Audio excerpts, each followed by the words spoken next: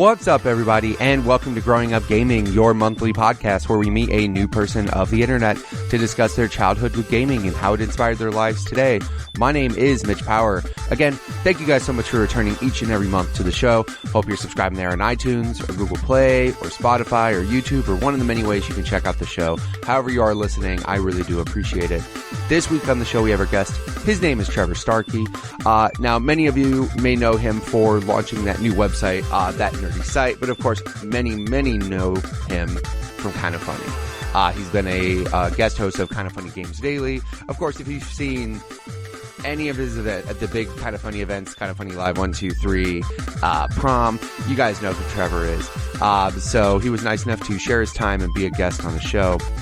If you guys want to be on a guest just like he was, go ahead and send me a tweet at MitchPower1116 on Twitter or follow the podcast Twitter page at GUGpodcast.com. Without further ado, let's get things started with Trevor Starkey. Do you remember what got you started playing games? Was it a family member? Was it a friend? Was it some magazine you saw? Like, what initially got your interest started? So I got started back, like, basically before I can remember.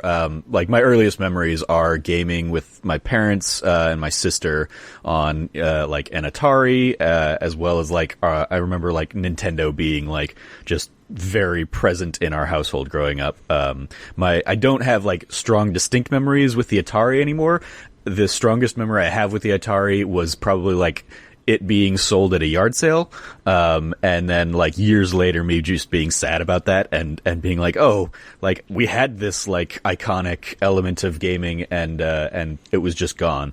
So, the more concrete memories are sitting down with the family and, like, taking turns playing Tetris or Super Mario Brothers on the original Nintendo. I remember a lot of Dr. Mario back in those days. Playing, like, Star Tropics with my dad was a lot of fun because he could follow the narrative and the story of those games better than I could as a, dumb 4 or 5 year old kid, however right. old I was at the time. And I remember that one in particular because, like, you had to refer to, like, a code that was on the manual or something. And I thought that was, like, a really cool element of gaming of, like, oh, I can't progress without this thing that I have outside of the game. Right.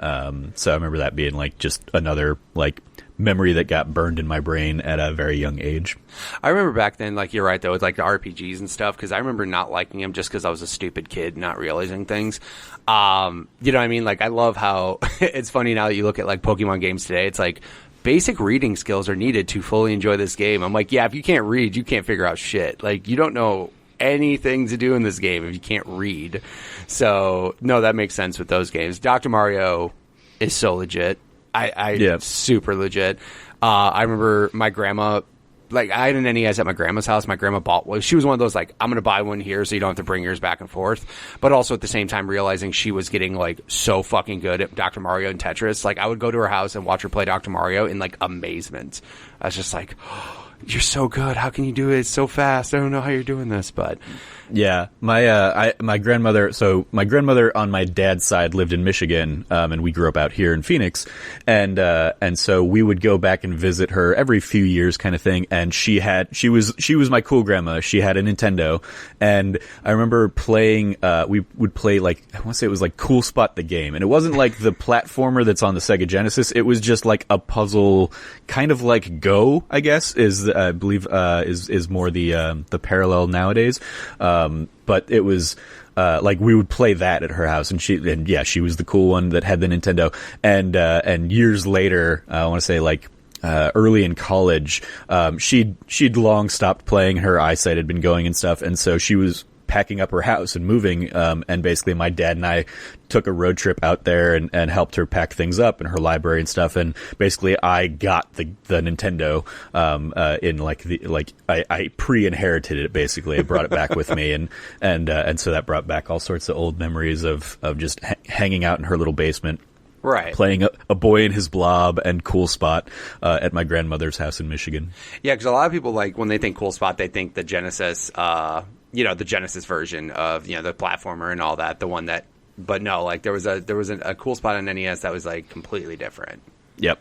Yeah, no, I remember that as well. Like the the idea of of 7-Up having multiple different types of games is just like it's unheard of to think of like nowadays. Yeah, because I mean they might make they might do a cool. They might do like a mobile app now, but for them to have like the production to be like, cool, we're gonna make different versions of a video game. Like it's so nuts that back then there were so many different versions of one video game and one license. Like they had different studios making the same license game. Like when people talk about, Aladdin or whatever, there's like the Genesis and the NES or the Super NES version. Like there's so much weirdness back then when it came to like licensed video games because they would never fucking do that now ever. Yeah. Like there's no way you would have Assassin's Creed on Xbox and PlayStation be totally different games. Like, there's no way that would ever happen again. Yeah. Like, it's kind of nuts to me how they put that much money and that much time. And again, like, I don't know if they were just letting. I remember Nintendo had that weird rule back in the day where it's like only so many games can come out per studio. That's why like Konami came out with Ultra. Like it's just. By the way, what a dumb fucking rule that is, right? Like, yeah. I mean, they were trying to like limit the quality control of the brand, I guess. Because like to their point, like that kind of stuff is what had crashed the Atari a few years earlier. So I get it. It's weird looking back in hindsight of like, hey, just try and enforce quality control in some other way by actually like playing the games and making sure they're good instead of just saying, hey, you can only do 5 crappy games. But we'll also give you these loopholes for other side companies and sub-franchises and stuff. The more bonkers thing for me is just the idea that, like, in the 90s, pretty much every company tried to have, like, their own cool, edgy mascot, like the Cool Spot. So yeah. Right. Yeah, exactly. Like, everybody had to have the Domino's had that fucking whatever that thing was. The Noid. The Noid, yeah. Jesus. I'm surprised they didn't have the Where's the Beef chick on some video game because that would have been pretty funny as well. Yeah. Like everybody wanted to get into the video game marketing and it was in some cases like some people remember Cool Spot and I remember like just the conversation. I'm like, I played so much of Chex Quest, it's like absurd. It's just like a reskinned Wolfenstein 3D, I think, but I just remember getting that from a box of cereal. Yep, CD-ROM on the box. And it worked because I never would have had Chex outside of that. Like that was not Lucky Charms. I didn't have marshmallows. It wasn't full of sugar and shit. Exactly. Right? Exactly. But it wants to buy Chex. Oh, it comes with a video game? Let's buy it now. Yeah, it got me to buy at least a bowl of Chex. What's funny too is the same thing happened to me except for with like I remember Cornflakes. I was like, yo, real quick, if you're a kid, you have fucking Frosted Flakes. You don't have Cornflakes. You have Frosted Flakes because it's got sugar and shit. But I remember, like, there was a box, like, Cornflakes my grandma got. There was, like, collect so many UPCs and get a Han Solo action figure. And I was like, done. It was, like, exclusive. It was him in, like, the Stormtrooper disguise. You couldn't just go buy it. And that's when I was, like, balls deep in Star Wars toys. And I was just like, Grandma, I need cornflakes. She looked at me like, the fuck is wrong with this kid? He's trying to eat cornflakes. I eat cornflakes. Kids should be eating sugary shit, not this stuff. But I pounded down like 4 boxes of cornflakes just to get UPCs. And I was like, gotta send them away, man. Yep. I remember those two back in the day, the cereals that had like straight up CD-ROM stapled, like just on the side of the box, just right here. Yep. Play some games. No point in trying to like really throw anything else into it. Just, this is what we're using as the selling point. Put it front and center. Exactly. Yeah. No, that's just, the fun things that people were doing, dude. It's just kind of crazy. So obviously you were playing NES. Now, obviously it sounds like too that your parents were pretty cool about you playing games as well. Yeah, more or less. They thought it was a fun new thing, and my dad in particular like enjoyed playing the games a lot growing up. My mom sort of started moving away from it pretty quickly, especially as like they added more buttons with the Super Nintendo and stuff. It got a little just more than she cared about. Oh no, four new buttons! Look out now. Yeah, but yeah, they were all pretty cool with us playing games and stuff growing up. There were definitely times in like. Through school where it would be, okay, you've played enough, like put it away, go out and play outside or something like that. And I had a pretty good mix of that. Like we had like a basketball hoop out in the front yard. So I'd like alternate between like playing video games and then going and pretending I was like on the Bulls or the Suns or something like that. And, right. And just shooting hoops in the front yard. And then, like, growing up as I got older and older, basically it was as long as I got my homework done, they were cool with me playing games. My sister was much more like the social butterfly of the two of us, so she would always be hanging out with friends. And I had my group of friends that, like, we would go and hang out at somebody's house and we would play stuff like GoldenEye or Smash or something like that.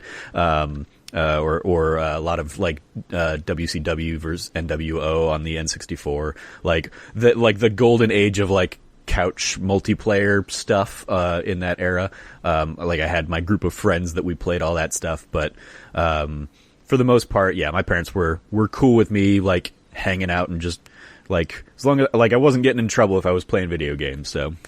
Yeah, but that's a good way to look at it. You know what I mean? Like, you could be going out doing meth. You could be doing, like, a whole lot of worse things besides staying in the house and playing video games. Like, I've had obviously some people on the show whose parents have been very encouraging, to where they've been, like, introducing him to games, and, like, parents were playing games before the kid was even born and stuff. So it's super cool. But then you get those parents that straight are just like, you know, Bobby Boucher's mom, video games are the devil. Like, they just keep them away from him as much as possible. And I never really understood, you know, people that were like that. My parents were kind of in the same way, where, like, if your grades are good, we're not going to, obviously you can kind of do what you want, you know, like, you can play games, you can go hang out with your friends. And also, I wasn't one of those, like, kids who was antisocial. I was definitely out playing games with my friend, or playing with my friends outside, but also at the same time, it was just like going to Jared's house and playing games instead of doing it at my house. So, I mean, there was a lot of different things. And I mean, as long as you have a healthy mix, then it's fine. I will say now it's different, though, just because technically you could stay in home and still have a social life through the internet, you know, through your party and friends and shit. Like,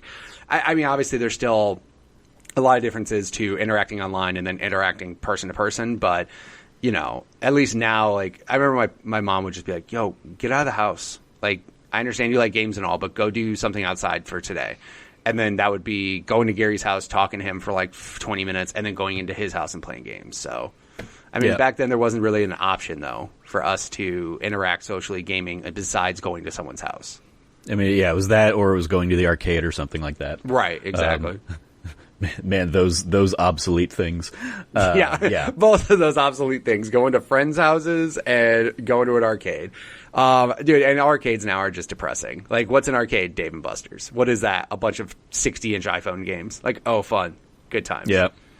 Like, I went to Dave & Buster's the other day for my wife's, like, work event, and I just looked around and I saw, like, you know, Flappy Bird, super big, and I was like, that's a fucking arcade game right now. People pay money to play that when they could play it on their phone, but it's on a big old touchscreen in front of them, so...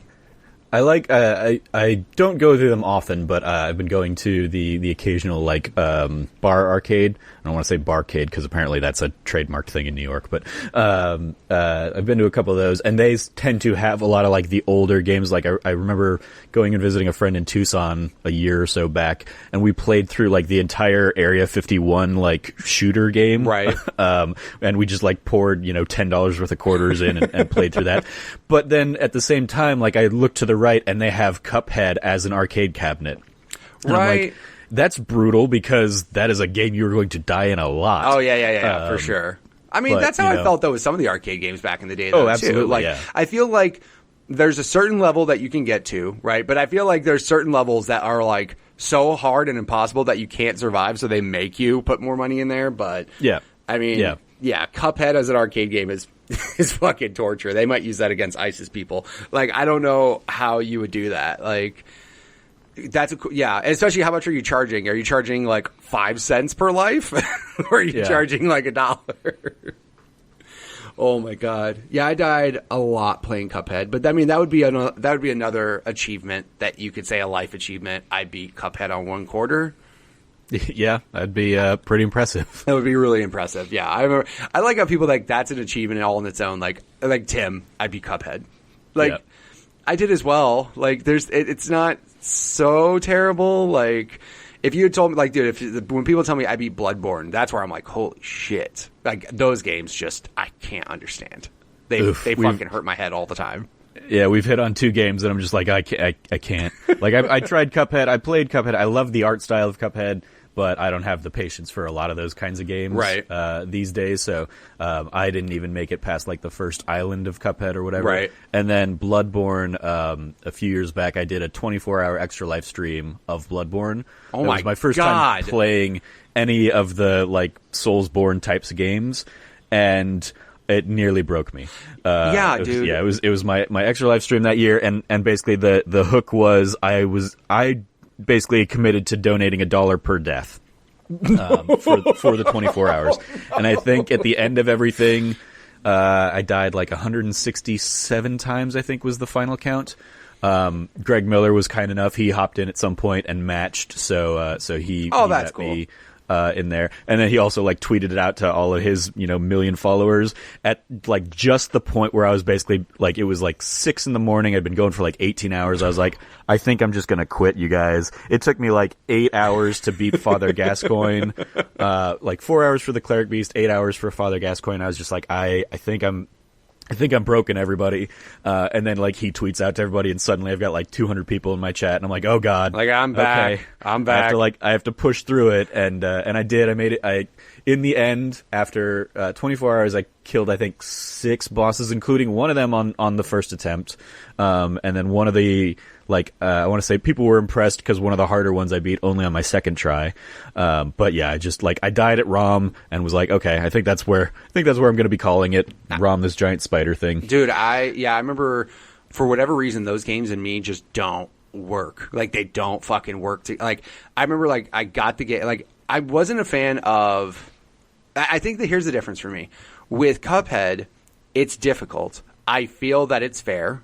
But also at the same time, how quickly you can get back into playing the game is where it matters, right? Mm-hmm. I can't stand a game where it's hard as shit and then you die and then it takes forever to load up, or it takes you so far back to where you're like, holy shit. Like I started feeling that way in Jedi Fallen Order. Like I started to feel that as soon as my buddy said it's a Dark Souls combat style. It's not fucking Force Unleashed where you just hack and slash, or Batman where you can just block anytime, anywhere. I'm like, as soon as they said that, it clicked in my head a bit. But there were moments in that game where, like, I would die and I would go so far back. And I'm like, are you fucking kidding me right now? Like, I have to do all of this again? Yeah. With Cuphead, it was just like, you died, hit a button, you're kind of right back in there pretty quickly. And that's where I was just like, oh, that's fine. If I can just keep retrying it, get back to it right away and figure out what's wrong instead of, like, it's weird that, like, you would imagine waiting would give you some time to cool down and think about it, whereas I'm the opposite. I'm like, just get me back in there. I want to fucking keep going at this, not spend a minute at a loading screen just, like, waiting to get back into something. You're not cooling down when the game is just making fun of you and saying you died. You're just getting angry. You're stewing in your anger. Like, God damn it, I just want to hurry up and get this done.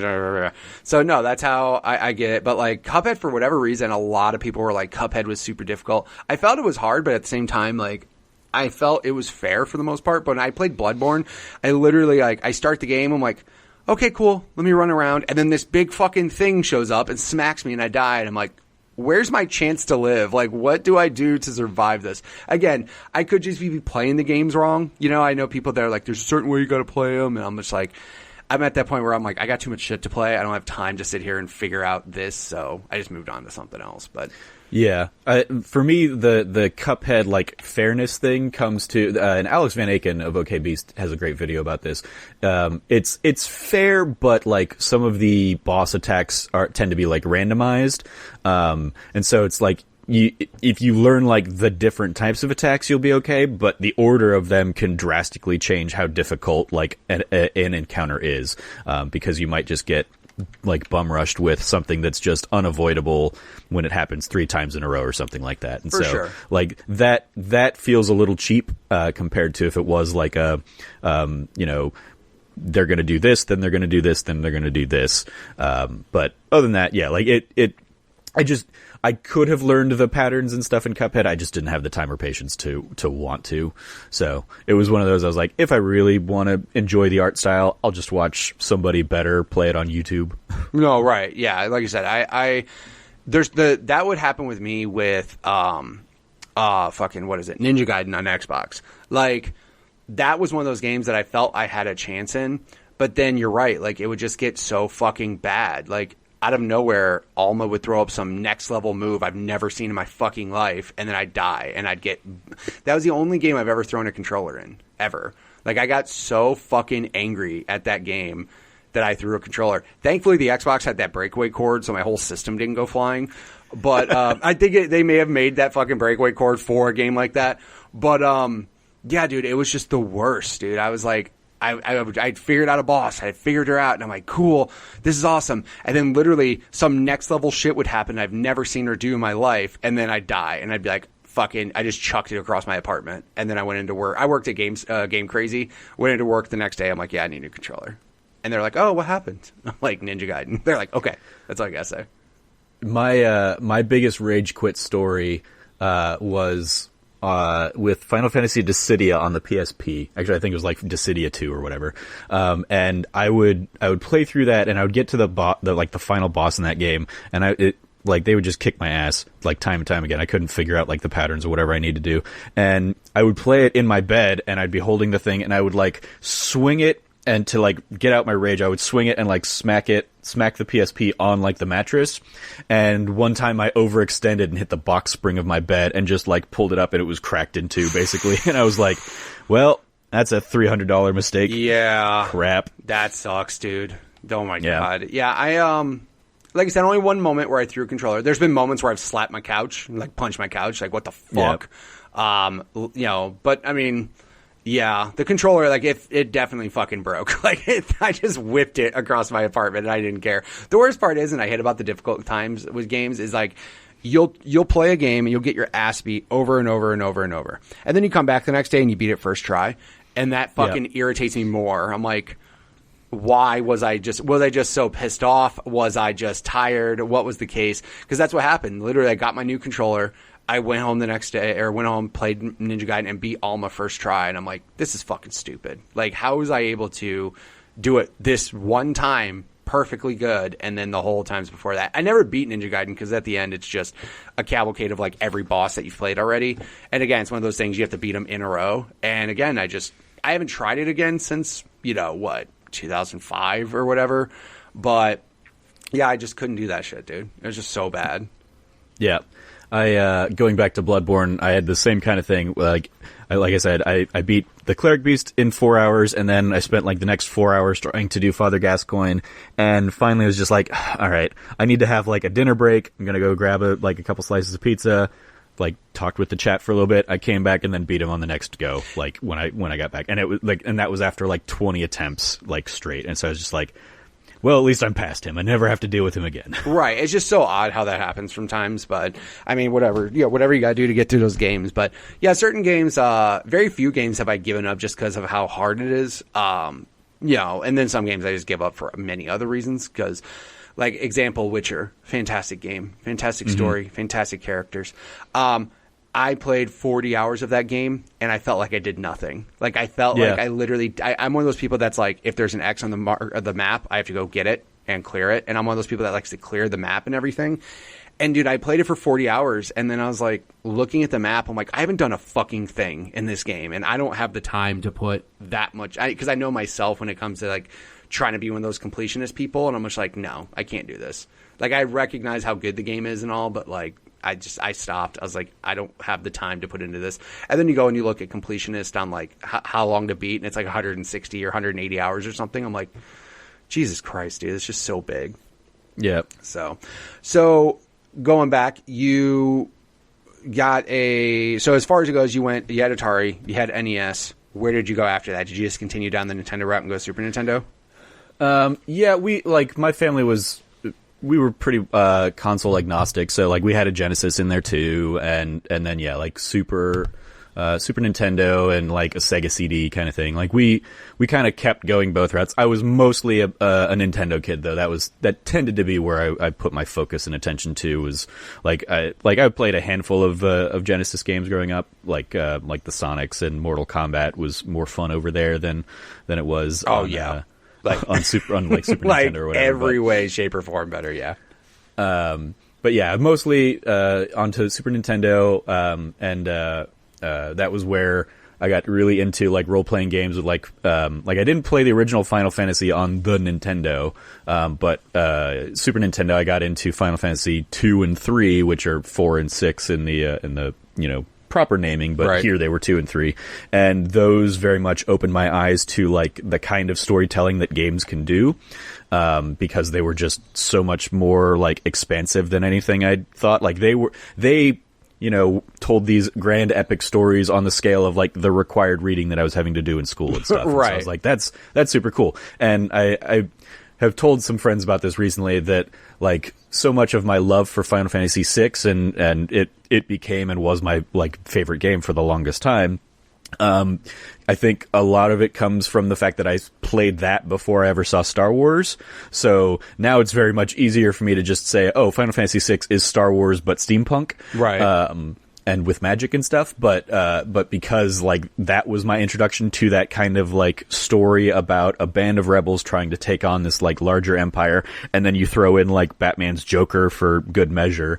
And it was just like a wonderful cast of characters, and the fact that like halfway through that game the bad guy wins and destroys the world, and then you have to like pick up the pieces in a broken world for the second half of the game, I was like, that is unheard of. Like, the bad guy doesn't win in these things. What is that? What? It's like Thanos at the end of Infinity War. You're like, what just fucking happened? Yeah, it is very much like the Infinity War and Endgame kind of parallel there. Right.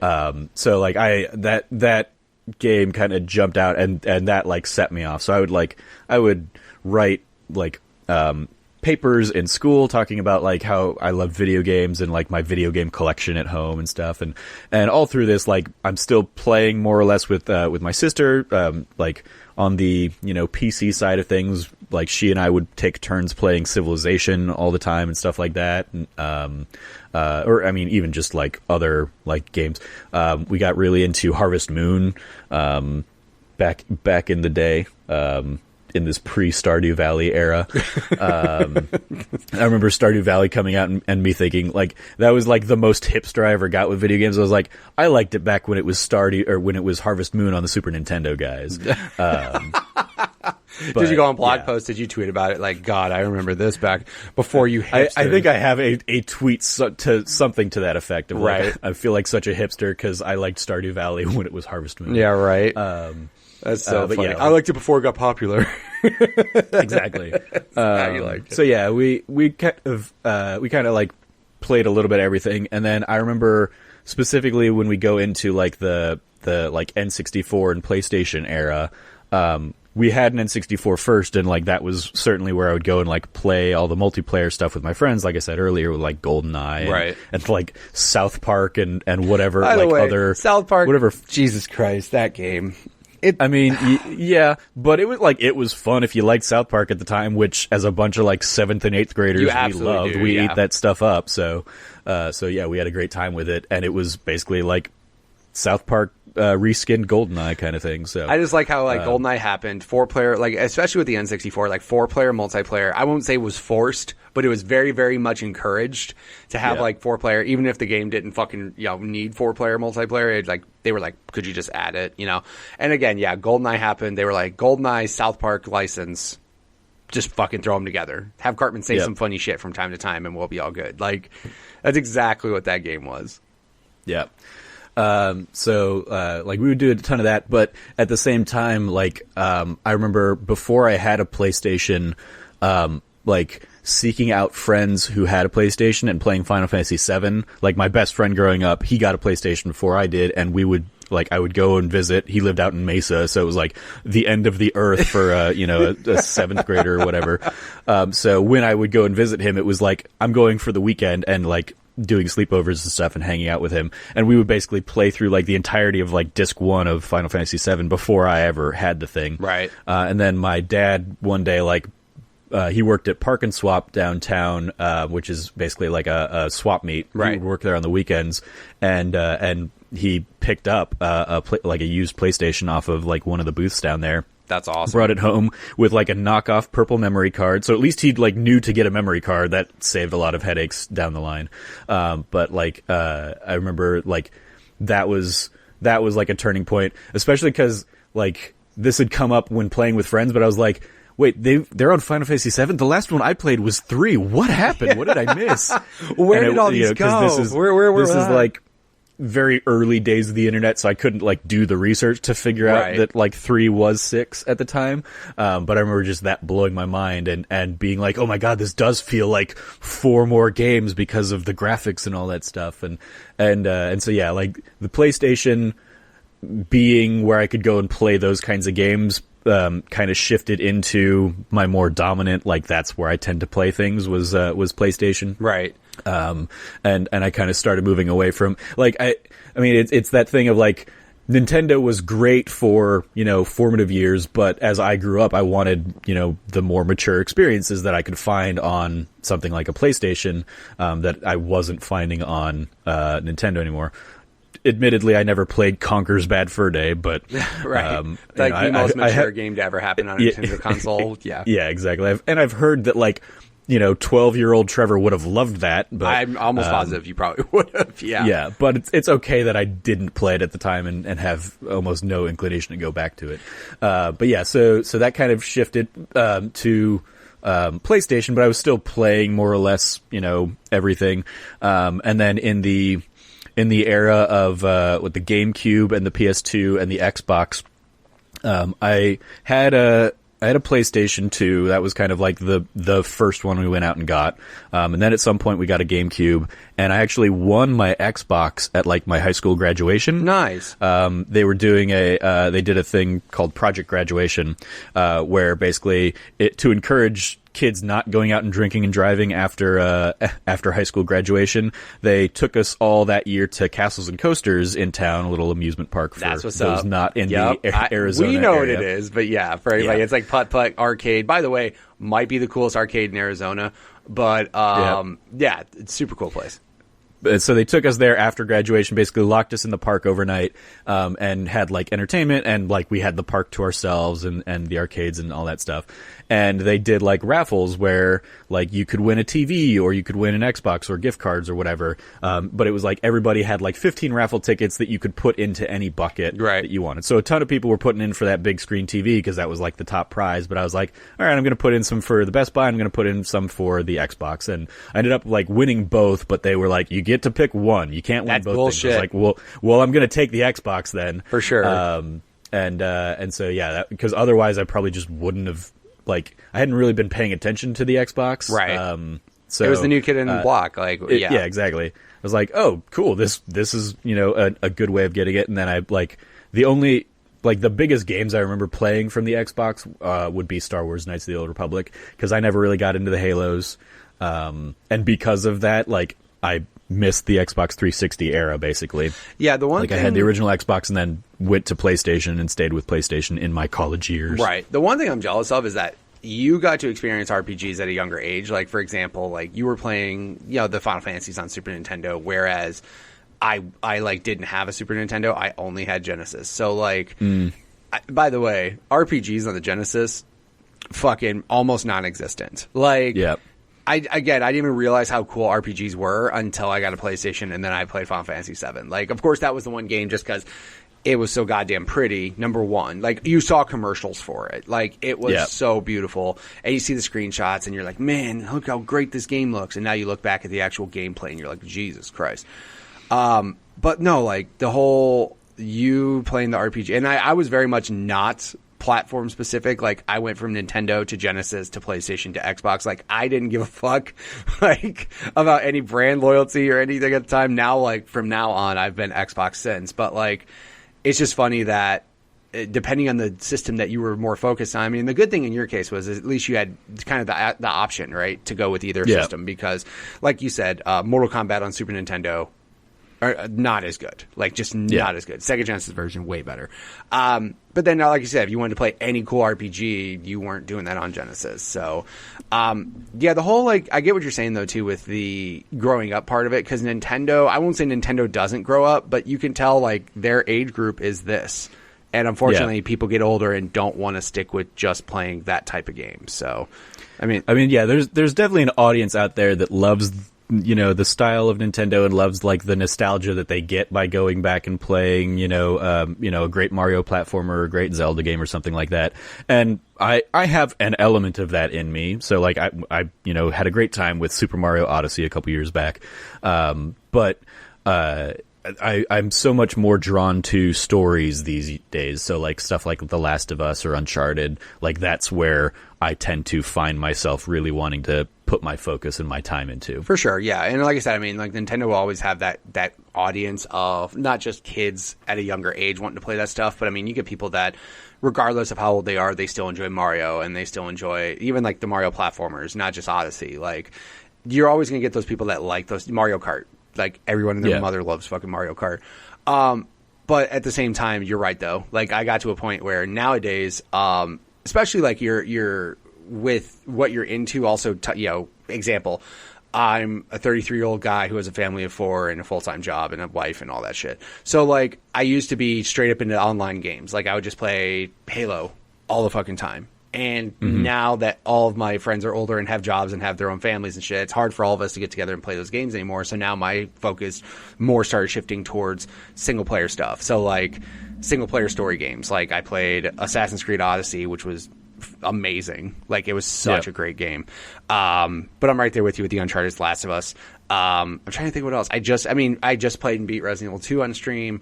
I just tend to go back and try to play these single-player games because now that my friends are all kind of doing their own shit, this is like the time that I have to, like, I can play this by myself. I don't need to wait for friends to be online to play. But there's still those moments of, like, there was a time when, like, I didn't play any single player games. Like, I was in that mode where it's like, oh, it doesn't have online multiplayer, I don't give a shit. And that's really, like, bumming because I'm sure I missed out on some great games, which I have since gone back and played. But like you were talking about how you have no reason to go back to Conker's Bad Fur Day. I almost feel that way when it comes to the Final Fantasy games, just because I didn't experience them at the time, and there's so much shit out there. I'm just like, I don't feel like I need to go back and play them. But certain games, I definitely have been. There's certain games that, like, people won't shut the hell up about, so I try to go back and play them. But now I'm to the point where, like, if it's too long, I can't do it because I have like 900 games I want to play. So I mean, everything, taste and stuff kind of change, and as you grow up and just things change. But also now I feel if you aren't at least, it's sad to say that if you don't have every console, you're missing out, because there is literally something on every console that's worth playing. Yeah, and that's definitely the case, and I like that was the case like back then too. But it was, back, like, I always remember thinking when this generation started, the PS4 and the Xbox 360 or the Xbox One rather. I remember going into this generation, everybody's like, "Oh my God, the systems are going to be done. Like, that's it. The console gaming is dead." And I was like, I don't think that's going to be the case, because this is the first time that, like, my generation and your generation that grew up with gaming, this is the first generation we were going into where we had, like, adult jobs and our own disposable income to spend on the hobby that we've had our entire lives. And so, like, now we are able to go out and buy both systems if we want everything, whereas, like, we were always kind of beholden to whatever our parents, like, we could convince our parents to get for us in the past. And yeah, like I said, like, I was fortunate growing up because my dad would we weren't picky. We would take the used versions of whatever, for sure, on the cheap from the swap mart, and so we were able to kind of enjoy a little bit of everything. Yeah, I'm fortunate that I will continue, because I love this hobby so much. I will go ahead and pick up an Xbox, even though I only really boot it up once or twice a year, because they just don't have the kinds of games I'm really, like, interested in diving into. Right. But I can also appreciate, like, Xbox, especially with stuff like Game Pass, is a significantly better deal if that's the environment and the ecosystem I wanted to play stuff in. For sure. Yeah, like, I mean, everything has, like, I feel like when, especially the thing that annoys me more is console war stuff. Like, everybody will bitch and stuff about, like, oh, I like this, and I get it. Everybody has a preference. Personally, I love my Xbox. Okay, I love the controller. I love Game Pass. I love Xbox Live. I think it's just personally a superior product. Now, do I think PlayStation shit? No. What's funny is, for the last, like, 3 years, my games of the year have been PlayStation games, because again, what have I been playing lately? Single player, story-based games, which Sony excels in. And that's, like, I loved everything. You know, I love Apex and all this shit. But then I'm like, you know, what was it? The other year I was like, Spider-Man might be the best game I've played this year. And I literally booted up my PlayStation that time to play it. Like, I played God of War. God of War's cool. I'm not into Greek mythology and all that shit, so I wasn't as into the story. Gameplay's great, characters are great, I get it. Just the whole time period, same thing with me. I don't like Lord of the Rings. Why? Because there's elves and dragons and shit. I'm just not into that time period. Now, if you had a similar storyline or whatever, but it was like sci-fi, I'd be all about it, which is why Horizon was fucking incredible. Like, I loved Horizon so much. I thought everything about that game was fantastic. And it's weird because based off looking at it, you don't think it's a sci-fi game, but it kind of is. Like, I mean, Robo Dinosaurs is pretty hard to not think of that as yeah, sci-fi. I mean, people see like the bow and arrow and they see dinosaurs and like, cool, but why are they robot? And then when you start getting into like the story of what exactly happened, you're like, this is fucking awesome. But like, yeah, I mean, I if I didn't have a PlayStation, if I said to myself, Sony sucks, I'm never buying a PlayStation, I would miss out on those ridiculously good games. And I mean, again, everybody can say the same thing about like Xbox and stuff. I mean, but again, there's some games that are on Xbox that are just awesome. Like Sunset Overdrive is one of those games that's like low key, like a lot of people like, whatever. That was where Insomniac perfected like traversing a city. Like, no, I mean that is what I got my Xbox One for. I got the Sunset Overdrive bundle for my the Xbox white One. And like for the longest time, that was like one of the only games I really had played. Like, I picked up Master Chief Collection and stuff, but I never really got like I played through the first couple games to see like what everybody had loved and everything, and I was like, okay, it's still not really for me. Sure. But like Sunset Overdrive remains my favorite game on the Xbox. It's a great because game. I had such a great time like flying around that world. I hadn't played really the Ratchet and Clank stuff beforehand, so like I had seen them, and I remember like growing up and thinking, oh, those games look cool, and I really like all the crazy weird weapons they have in those games, but I just never, for whatever reason, like got around to playing them. And so Sunset Overdrive was probably my first really like entry into Insomniac and kind of the just bonkers things they were interested in doing, and yeah, I had a great time with that game. I'm literally in the same boat with you. Like, I owned a PlayStation 2 and a PlayStation 3, and Ratchet and Clank, like, again, I worked at a video game store, so I saw all these games, and I'm like, that looks cool, but at the same time, during that period of time, I was all into Halo 2 Online. Like, that's all I gave a fuck about. So, like, very rarely did I stop playing that to go play a single-player game like Ratchet and Clank or something. But then, yeah, like, with Sunset Overdrive, when they showed off the style of it, how it's like skateboarder and punk styles, like, yeah, number one. And then just seeing the way they were traversing, I was like, this game is fucking awesome. And it's sad because, like I said, it eventually came to PC. So, I mean, I know there's people that will, go play it on PC, but like the fact that for a while there was no option for you to play that game other than an Xbox. It was just like, and then other games, I mean, again, the argument now, though, is that every exclusive that's coming out on Xbox is coming out on PC, which, again, I don't care where you play the game, just go play the game. Because like Quantum Break, for example, super fun game. And then that turned into, obviously Remedy wasn't exclusive, but like then they made Control, which fucking won Game of the Year last year from IGN. Like, they, these people go and, make some great games, but they're low key because nobody checked them out on Xbox or whatever. And then now they come back and they're like Game of the Year material, and like Spider-Man's my favorite superhero game ever. Like, it was Batman, but no, that Spider-Man game is ridiculous. Like, it's such a good game.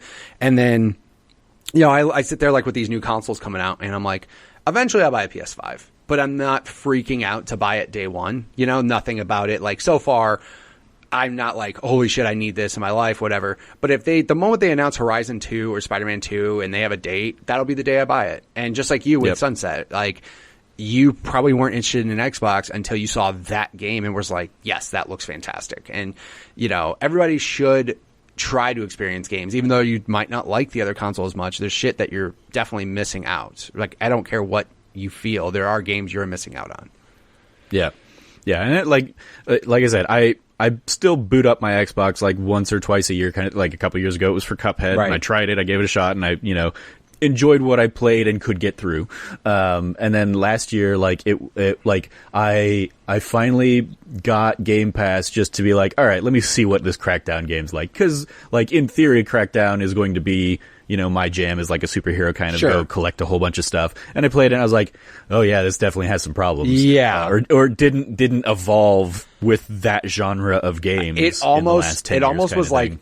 just a copy of Crackdown 1. Like, it wasn't really much different at all. And I mean, Yeah. in a way, it's sad to say, but like that, me buying, or let me rephrase that, me having Game Pass and playing it, I was like, awesome, that's cool. I didn't fucking pay Yeah. full price for that game, because if I did, Yeah. I'd probably be really sad. Like, Sea of Thieves for me was the same way. I was like, this is cool, but I'm really happy I didn't spend $60 on it. Like, if I can just boot it up once in a while and fuck around, cool, but like, it was the same thing. I was like, ugh, this is okay. Obviously, they've updated it and added a ton of shit, but I'm just like, this is okay. Game Pass alone on Xbox is making a lot of games, it sounds bad to say tolerable, but like you don't feel as slighted if a game isn't like super duper good. But if a game is ridiculously good and's on Game Pass, it's even fucking better. Yeah, by year end, I was playing, like, I booted my Xbox back up to play Gears 5 for, like, Game of the Year kind of thoughts and considerations and stuff. And, like, looking through Game Pass, I was like, oh, I also want to hop into Untitled Goose Game again, because I had it on my Switch, but I want to, like, it's on Game Pass, I can pick it up here. And Life is Strange 2, I basically played through the whole Life is Strange 2 on Game Pass. So I was like, and that ended up being, like, my runner-up for Game of the Year was Life is Strange 2. So I was like, cool. I got that instead of having to go and like buy it on my PlayStation. And yeah, like I might do that again someday anyway for the trophies, because, I occasionally dabble in that. But Right. Just having it there and the other options that I can like hop in and see. Like I dove into Devil May Cry 5 to see if there was anything in there, and I could do that because of Game Pass and basically have no real like You're basically renting a game. no monetary investment in it. Yeah, I played through it. I played the prologue. I was like, yeah, this really isn't going to be a game for me. So kind of bounced, but I didn't have to pay $60 to do that. I was going to say, imagine back in the day, because I worked at a video game store where so many people would come in and buy a $60 game, literally to turn around the following day and be pissed off that it sucked, to trade it in for $30. You know what I mean? Like, yeah. They would be like, I just wasted $30. And now Game Pass gives people that option where, you're right though, like Game Pass has brought in the types of games that I've played. Untitled Goose Game. If you literally asked me to pay money for that game just by looking at I would like, this is fucking stupid, I'm not buying it. And then I like just played it on Game Pass, and it's funny. It's just it's so ridiculous that the first button they tell you is honk. Like, it's just so out there. But the fact that Game Pass had it available is huge. And I mean, it's so odd when you hear stats like Game Pass makes more people buy games. I'm like, how the fuck does that make sense? Like, something about it is just like odd that it makes that they're saying these things. Like, I mean, like I will give an example of back at E3, they Xbox had like in their press conference like the Lego car for Forza Horizon, and that they were doing that whole thing, and I was like, that looks really cool. I'm a sucker for Lego stuff. So I have Game Pass. Let me hop in and play Forza Horizon. And I did, and I was having a great time with that. And then it was like, okay, if you want to play the Lego stuff and the other stuff, you have to like buy the expansion passes. I was like, you know what? I'm going to do that because like I'm having a fun enough time in the base game, and I want to, also go ahead and play the Lego stuff. And then after the Lego stuff, I was like, you know what? Yeah, like let me go ahead and pour more money into this game, because I did like mentally feel like I was getting it for like I was getting like a steal for having played it by Game Pass, and so like I put money into all the expansion and a whole bunch of like extra cars that I'm never going to use. I played that game like nonstop for a couple weekends, have not gone back to it since, but like I had a great time for those couple weekends. Yeah, and I think like I obviously we don't know the business side of like how PlayStation Plus works or how Xbox Live Gold games work or Game Pass works, but the fact that like developers are like happy as shit that their games are on Game Pass, like they're like there was like I can't remember the name of it. There's some downhill BMX game that people like it's on Game Pass, and the developers were like, we couldn't have been happier it was on Game Pass. And you're like thinking like, well, you could have sold it for $20 and kept the money, but they're like, no, they were literally like, you don't get it. Like, it being on Game Pass made that game. Like, example, Sea of Thieves. If that wasn't on Game Pass, would it have been nearly as popular as it is now? Like, I don't, giving people no cost of barrier and entry to play it, and then once they get into it, like, oh, really liking it, and then just spending their time in there. I don't even know if Sea of Thieves has, like, paid expansions or microtransactions or anything. I don't believe it does. but just the fact that like people are playing that game is crazy because they may not have wanted to actually pay $60 for it. That barrier to entry being gone is letting people play more games. And the other thing they were mentioning is like it lets people who haven't tried an RPG before play one and see if they like it. And you know, but now when they like example, Gears 5 being on Game Pass was fucking crazy because that game was amazing. And I'm a huge Gears fan before 5 happened, but I was just like looking at 5 and you know how they just kept saying available on Game Pass. I'm like, you're gonna, Halo Infinite's gonna be on Game Pass. That's fucking bananas. Like I feel weird not paying for like these Microsoft exclusives, but at the same time, if you're gonna give me an option to use Game Pass and have that, then yeah, watch me do that and enjoy everything else that happens to come along with it. Yeah, and I mean, that was the big thing when looking at kind of like when Game Pass was launching, and it was like, okay, yeah, sure, this makes perfect sense for stuff like State of Decay 2 and Sea of Thieves, where those aren't going to be like the big blockbuster things, but you guys aren't really going to put Gears on and Halo on. It's like, oh no, they really did. Yeah, they absolutely did. They're making that money. Yeah, and it's just like, for them to say all first-party games, I remember when they said that, they're like really all first-party games? Not your like bullshit side projects, like all first-party games are going to be on this service. And they're like, yeah, fuck it. And again, like Microsoft has quickly learned services, not one-time sales, no, services. They learned that shit with Office. Like they're like, we just make a service and it works. Yep. And I mean, like, again, like I got Game Pass for Crackdown, and then I pretty much like kept my Game Pass going, even though I didn't really play anything on Xbox for like 7 months of last year or something like that. So yeah, they got my money that like helped cover those costs for all those months because I was too lazy or forgot about like it's going like the number one thing is like forgetful. $15 a month for Game Pass Ultimate, forgetful. They don't care. Like, but at the same time, like again, at least they are giving customers many reasons to keep it. You know what I mean? They could be lazy as shit and just go, we'll give you our first-party games and not push for third-party. But, like, all of these Final Fantasy games are coming to Game Pass this year, which is fucking ridiculous. Like, you could make people buy Final Fantasy VII Remake, or not remake, but the classic Final Fantasy VII and 8 and 9 and 10. You could make them rebuy all this, but they're like, nah. Oh. And Square Enix is usually very happy to do that. Like they sell those games for like $20 on mobile. 100%. Yeah, they don't give a fuck because they know people will buy it, and they're like, we don't care. But then for however they worked out that deal, it'd be like, we'll just put it on Game Pass. Is just nuts. And again, like I really hope like Sony has PlayStation Now, which is different. Like it's they did add the ability to like download games. I want to say less than a year ago. They gave you the ability to download games, but like the streaming service having to like, there's people in a queue waiting to play a game, which I don't understand what are you talking about? I'm wanting to play like Uncharted right now and I have to wait because there's like other people playing the game. Like it was really odd how PlayStation Now like worked. Hopefully, I'm assuming with how well Xbox Game Pass is working, I wonder if Sony will do the same thing. But I mean, dude, Game Pass Ultimate, and then they added all the PC shit, which personally I'm not a PC gamer, but if they continue that, like I said, Gears 5 PC, go play it. Like, it's just nuts to me. And now the cool thing is like if you go buy an Xbox right now, you have Game Pass. They pretty much put all the best Xbox games on there, like Master Chief Collection, Halo 5, all the Gears games are on Game Pass, Sunset Overdrive, Quantum Break, like. Any awesome Xbox game you want to play, just buy an Xbox, buy Game Pass, and you don't really need to buy another game. Like, you can just play that and it's be fine. So, happy Nintendo did the whole, NES and SNES collection, because that made me happy instead of rebuying those.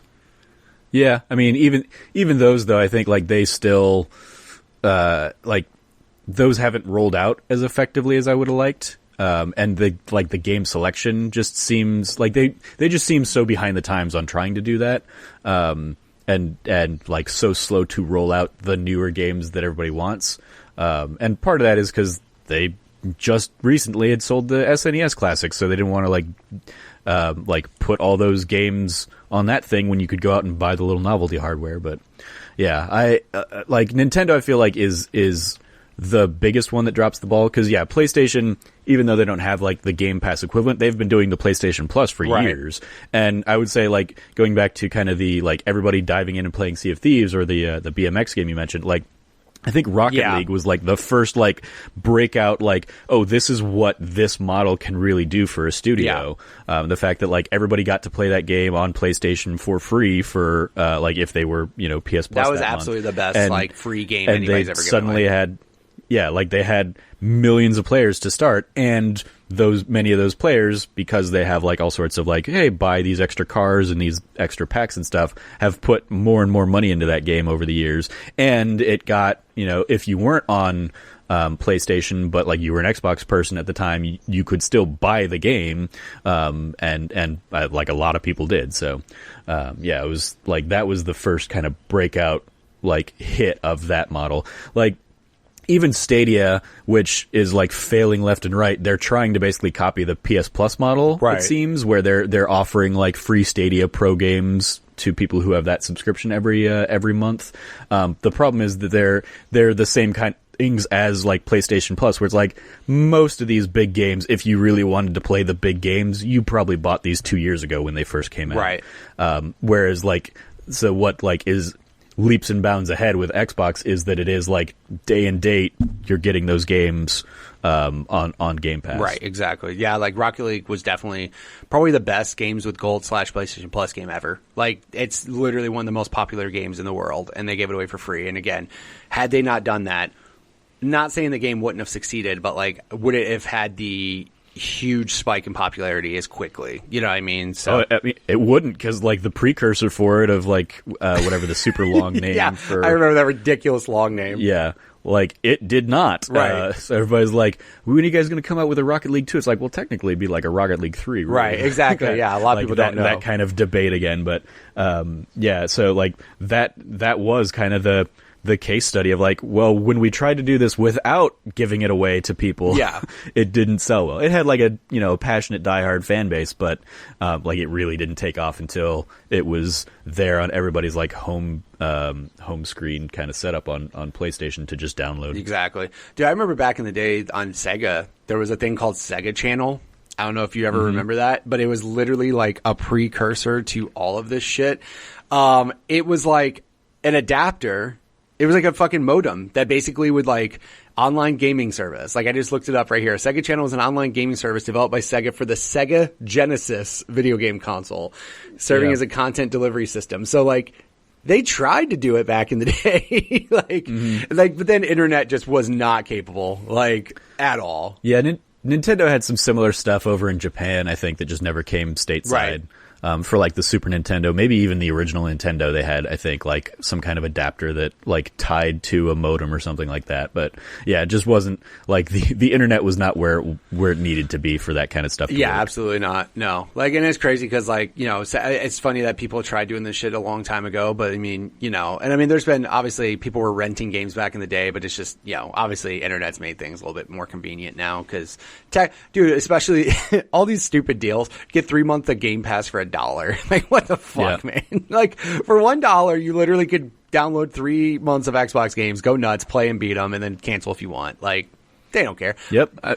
I mean, it is the subscription model that Netflix, like, hit out of the park, and everybody has tried to copy because it is like, hey, everybody forgets that they're spending these $10 a month for Netflix and Hulu and HBO Go and Game Pass and stuff, and it adds up, but because they're small enough increments and people just usually set them to auto, like, as somebody who's worked in like the nonprofit sector for like the last 10 years, like very much they've tried to copy that model too. Like you see it with like NPR doing like sustainable giving drives. Right. Give us $10 a month instead of like $100 a year thing, because you're way less likely to forget to like unsubscribe from that $10 a month than you are to when we hit you for $100 next year to just completely miss that mailer or whatever. So like it is banking on people's forgetfulness and like apathy towards going in and actually clicking unsubscribe and canceling the subscriptions and all that stuff. Yeah, it's just kind of crazy like that people have gotten like that.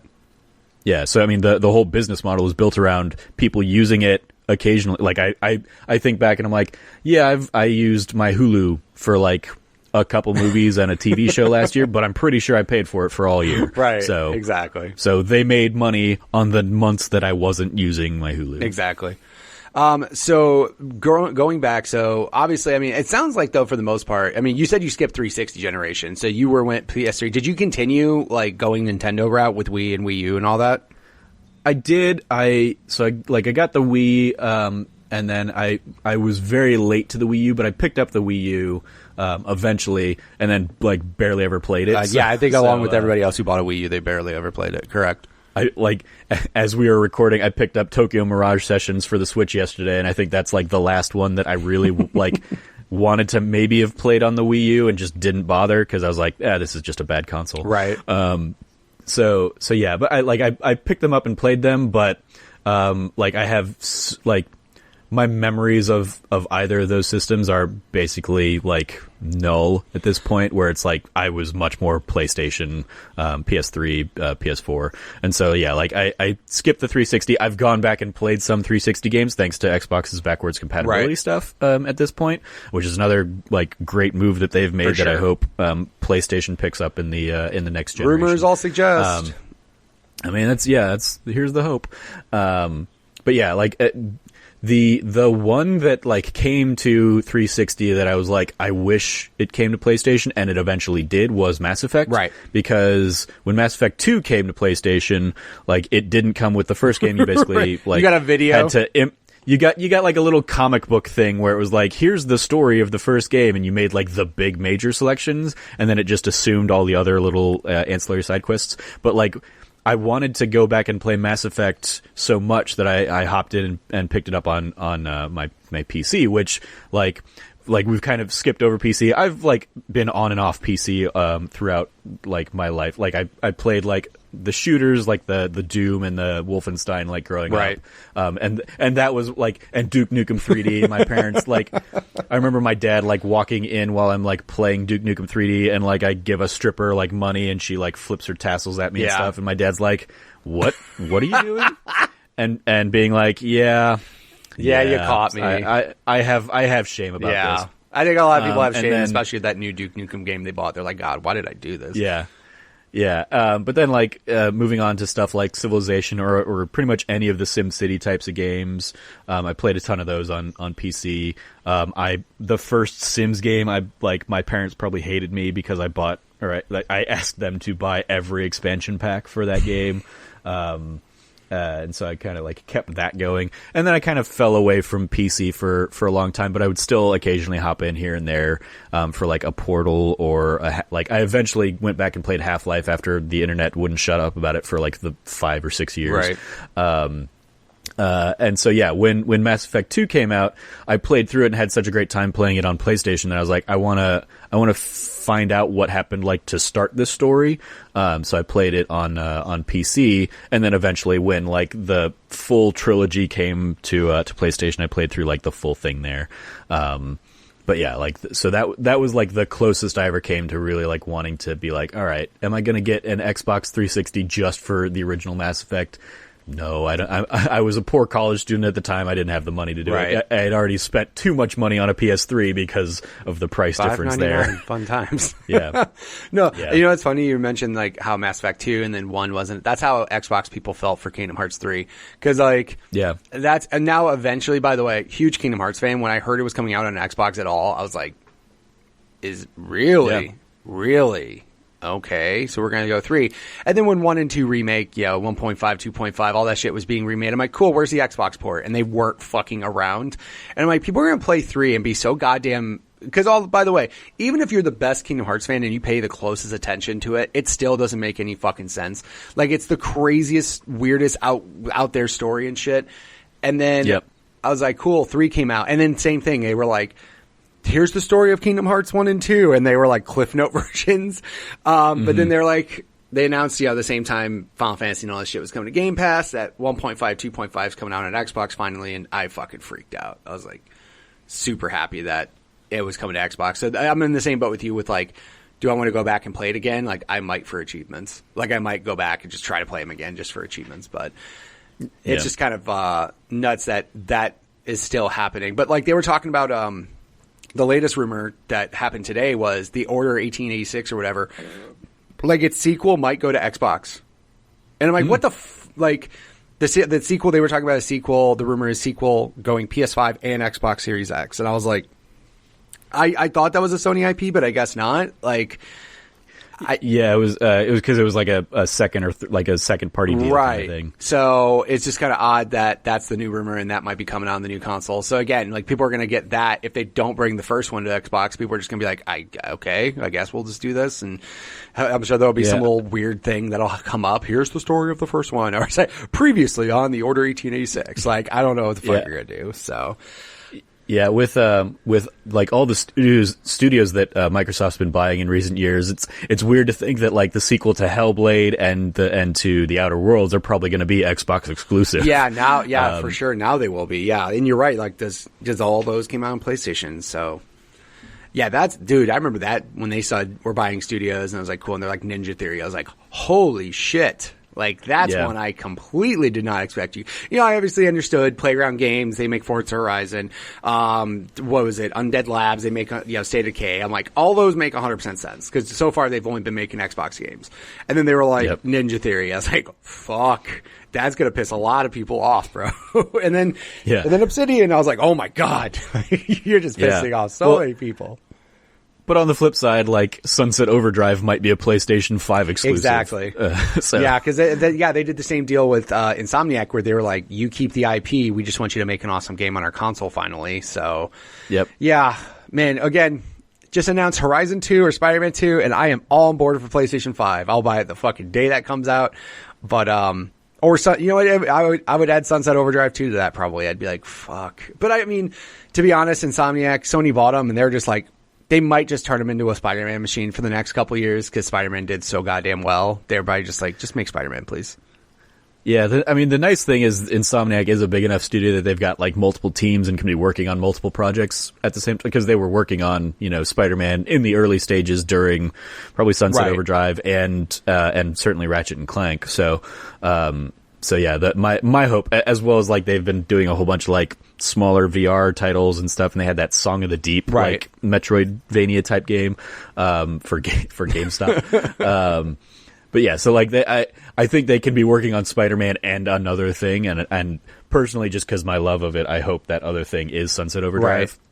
But I'll take whatever they want to give because they know action very, very well. For sure. And it's just fun to play those games. Absolutely. So, as we wind down, usually I ask people a question. So, we've mentioned some games that people have played and you get it. And, we mentioned how good Game Pass is. Cause I mean, now if you get Game Pass and you play a bad game, you're like you did, Devil May Cry. You're like, wasn't my cup of tea. Didn't care. Didn't spend a dime on it. However, back in the day when we still had to pay $60 for games, there were particular games that you would get all excited for, work hard, save your money, buy, and they just weren't good, and it bummed you out. What was the worst game you've ever bought with your own money? So I've been thinking about this all episode, and when we talked about the Wii U, I was like, maybe I'll just say the Wii U. The whole console, the whole thing. And I very much do, like, I wrote a whole thing on my old Trevor Trove website about, like, why I regretted buying the Wii U, and I had a whole thing there. But the game that I identified that I think is it's an interesting one to talk about, that I'm going to say, is Final Fantasy Type 0 HD, because I bought it specifically for the Final Fantasy 15 episode Dusky demo that came with that game. I've never played Type 0 HD. I only bought it for the demo, and I'm sure a lot of people did, and I hated that demo so much. and what it ended up like representing as like the full product of the game. Like I ended up liking Final Fantasy 15 more than the demo at least, but like even that game as a whole I have so many issues with, and just the like playing, like basically spending $60 for a demo of that game and just being like, this is what they're turning this franchise that, like, for the last, like, my golden era of Final Fantasy was like the Super Nintendo and the PS1 eras. Like from 12 on, I've just kind of been like, you're not making games I'm interested. Caveat being like Final Fantasy 14, I don't play online role playing, but I did hop into 14 for a little while, and that very much feels like the kind of Final Fantasy game I would love and would want to play and enjoy.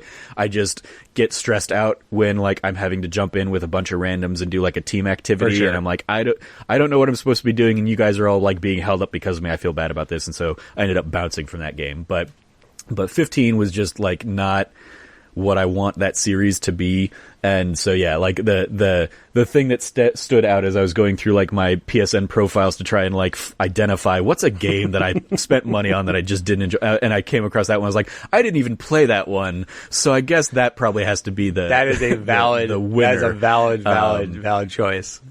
Because yeah, it was all for that demo, and the demo just like left me angry. Dude, what's funny is like I remember that back in the day with like PlayStation 2, they did that. They did it was Dragon Quest 8. Yeah, 7 or 8. Yeah, it came with 10's demo. Yeah, 12. Yeah, 12's demo, yeah. So I remember like Square's had a reputation of doing that. But I mean, the one time that it actually worked out well, and again, like we mentioned it before, was Crackdown. Like people bought Crackdown because it came with the beta of Halo 3, right? Yeah. So like everyone bought Crackdown just to play Halo 3.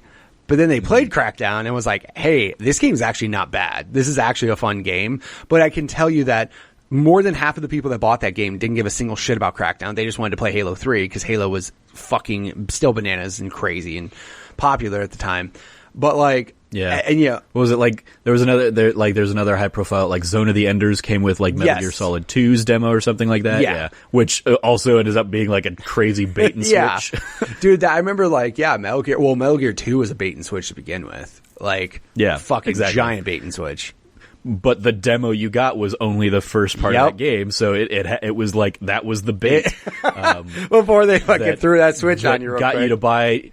It got you to buy Zone of the Enders, and it got you to buy Metal Gear Solid 2. Yep, exactly. Dude, how pissed were people back then for that shit, dude? Oh my god. Yeah. But you're right though, it was the first part of it was the bait, and you were like, this is gonna be the best game. And then you're like, who the fuck is that guy?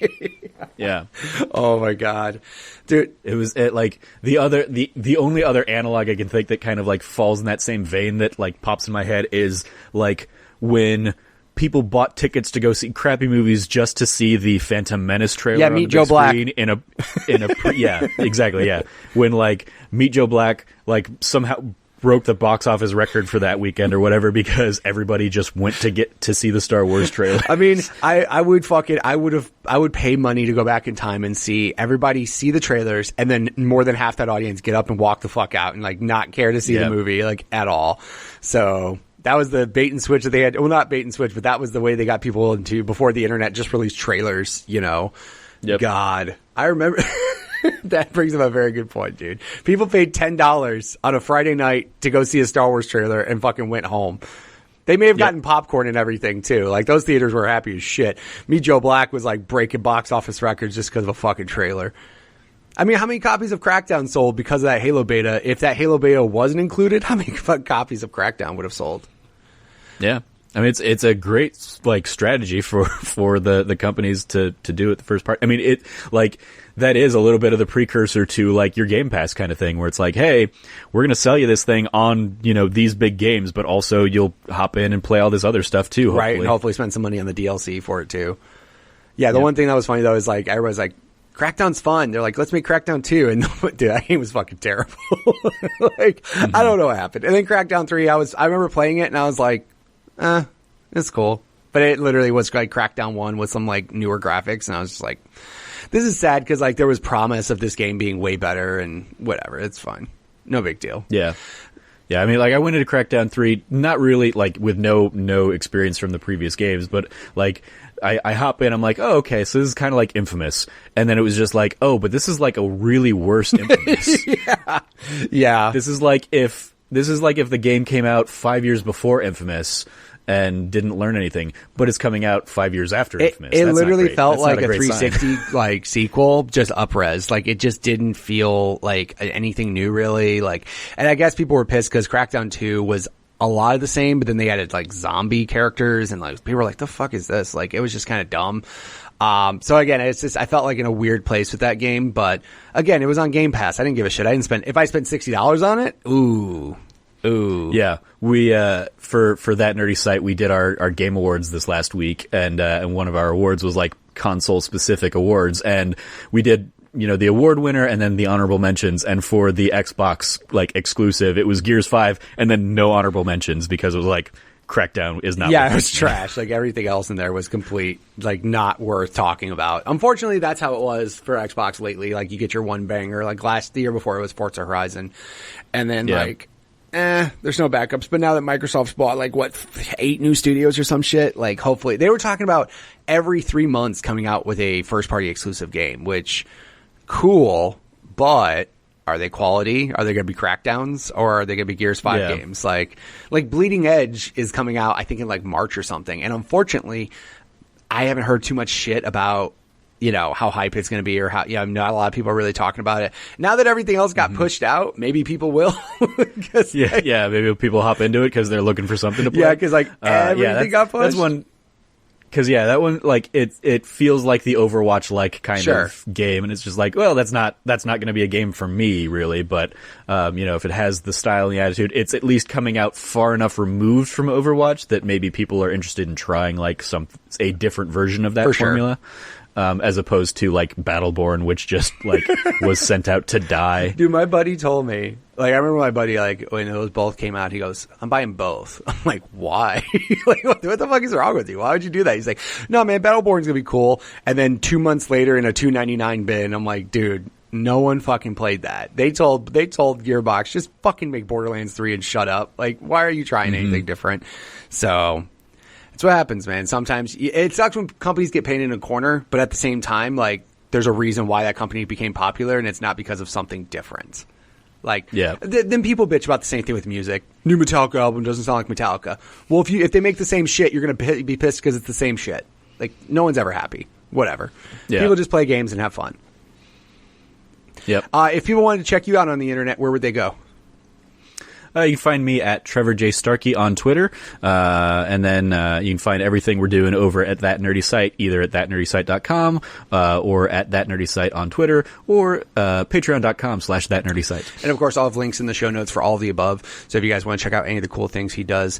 Also, if you pay attention to anything kind of funny, you'll probably hear his name mentioned a couple times, so that happens too. I bounce around. I got to do Kind of Funny Games Daily back in November. That was a ton of fun. That's awesome. Super, super awesome. So, dude, thank you so much for finally meeting up. Thank you for dealing with all my technical bullshit and getting the episode going, man. I really do appreciate it. No worries. Thank you so much for having me. And again, thank you, Trevor, so much for being on the show. Guys, if you want to check him out on Twitter, go ahead and follow him at Trevor J. Starkey. Of course, also go ahead and check out his website, thatnerdysite.com, and his Patreon, patreon.com/thatnerdysite. Guys, thank you guys so much for listening to the show each and every month. Again, I've been slacking on getting guests, but I've been doing a better job of making sure that I get at least the one podcast out each and every month. You guys have been great, still listening to the show, still having surprisingly good numbers, even though I'm releasing one show a month. So I really, really thank you guys for your continued support. I'll be coming up on another anniversary for the show. So thank you guys so much. Thank you for sharing the show with your friends. If you guys want to, feel free to get the show out there. Send them to the Twitter, send them to the podcast page. That way we can go ahead and get more guests on the show, and that way we can hear more and more stories. So thank you guys so much for listening each and every week. Don't forget to share the show with buddies, like, subscribe, all the same nonsense every other person tells you to do. And I will catch you next month with another new episode. See ya.